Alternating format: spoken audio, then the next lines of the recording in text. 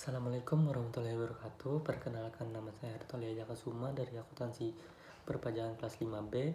Di sini saya telah merangkum pertemuan 1 dalam mata kuliah akuntansi sektor publik. Baik, langsung saja. Akuntansi sektor publik adalah entitas yang tidak berorientasi menghasilkan laba, tetapi berorientasi pada layanan masyarakat. Berarti pada akuntansi sektor publik, entitas ini tidak menghasilkan laba, tapi menghasilkan pelayanan yang bagus kepada masyarakat. Jadi intinya pada akuntansi sektor publik ini mereka berfokus pada layanan masyarakat. Contohnya itu seperti yayasan, sekolah, ataupun industri yang tidak menghasilkan laba. Jadi ciri utama sektor publik adalah tidak berorientasi untuk menghasilkan laba. Selanjutnya, pengertian akuntansi pemerintah. Akuntansi pemerintah adalah sebuah kegiatan jasa dalam rangka menyediakan informasi kuantitatif, terutama bersifat keuangan dari entitas pemerintah, guna pengambilan keputusan ekonomi yang nalar dari pihak-pihak berkepentingan atas berbagai tindakan. Menurut saya, sistem akuntansi pemerintah dengan akuntansi yang lainnya itu sama saja. Yang membedakan hanya penggunanya. Lalu, peranan laporan keuangan daerah. Yang pertama, menyediakan informasi yang relevan mengenai laporan keuangan dan transaksi pemerintah daerah selama suatu periode pelaporan. Yang kedua, membandingkan realisasi pendapatan dan belanja dengan anggaran yang telah ditetapkan. Menilai kondisi keuangan, menilai efektivitas dan efisiensi pemerintah daerah, akuntabilitas, manajemen, transparansi, serta keseimbangan generasi. Lalu kita masuk ke tujuan laporan keuangan. Tujuan laporan keuangan yang pertama yaitu menyediakan informasi mengenai apakah penerimaan periode berjalan cukup untuk membiayai seluruh pengeluaran.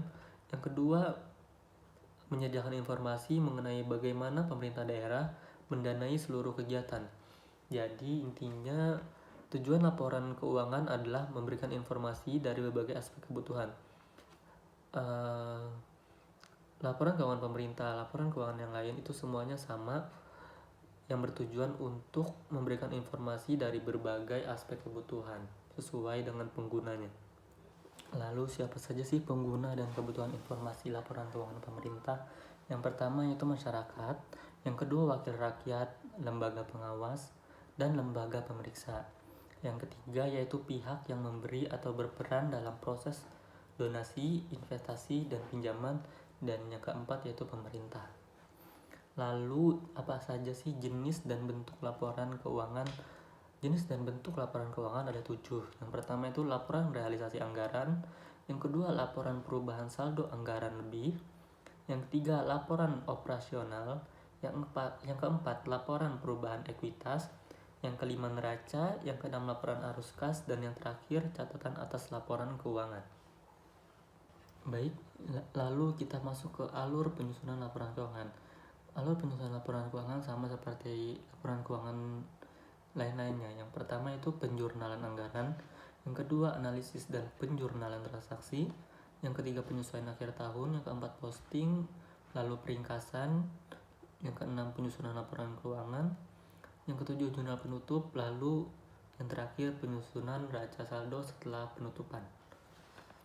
Baik, langsung saja kita masuk ke contoh laporan keuangan pemerintah.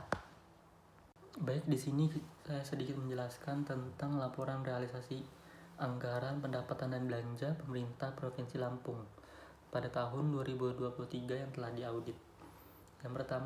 Komponen yang pertama itu ada pendapatan.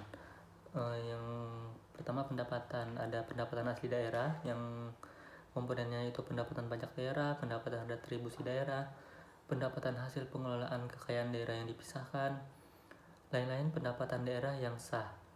Lalu ada pendapatan transfer, yaitu transfer pemerintah pusat, dana perimbangan, dana bagi hasil pajak, dana bagi hasil bukan pajak, pendapatan dana alokasi umum, pendapatan dana alokasi khusus. Lalu ada transfer pemerintah pusat lainnya, yaitu dana otonomi khusus, dana penyesuaian. Lalu ada bantuan keuangan dari provinsi atau pemerintah daerah lainnya. Lalu di komponen pendapatan terakhir yaitu lain-lain pendapatan yang sah. Lalu di sini ada belanja. Belanja itu ada belanja operasi, belanja modal, dan belanja tak terduga. Lalu di sini juga ada transfer. Jadi jumlah belanja dan jumlah transfer itu ditambah lalu dikurang dengan pendapatan. Karena di sininya jumlah pendapatan dikurang jumlah belanja dan transfer ini minus. Jadi di sini bisa dibilang defisit. Lalu ada pembiayaan. Pembiayaan itu ada penerimaan pembiayaan dan pengeluaran pembiayaan. Jadi defisit tadi ditambah dengan penerimaan pembiayaan lalu dikurang dengan pengeluaran pembiayaan. Jadi pembiayaan netonya segini dan sisa lebih pembiayaan anggaran juga tertera di tahun 2023 ini. Lalu saldo anggaran lebih awal sebesar 292.339.039 rupiah. Yang kedua, penggunaan saldo sebagai penerimaan pembiayaan tahun berjalan. Lalu yang subtotal ini yang saldo anggaran lebih awal dikurang penggunaan saldo sebagai penerimaan pembiayaan tahun berjalan. Lalu sisa atau lebih kurang pembiayaan anggaran harusnya sama dan sesuai dengan yang di atas, itu sisa lebih pembiayaan anggaran. Lalu koreksi kesalahan pembukuan tahun sebelumnya tidak ada. Lain-lainnya ini sebesar 1975.359 itu yang subtotal 1 dikurang 2, dan saldo anggaran lebih akhir seharusnya sama dengan sisa lebih pembiayaan anggaran. Kebetulan ini sama dan akhirnya balance. Mungkin itu saja yang bisa dapat saya sampaikan, kurang lebihnya saya mohon maaf. Saya akhiri, wassalamualaikum warahmatullahi wabarakatuh.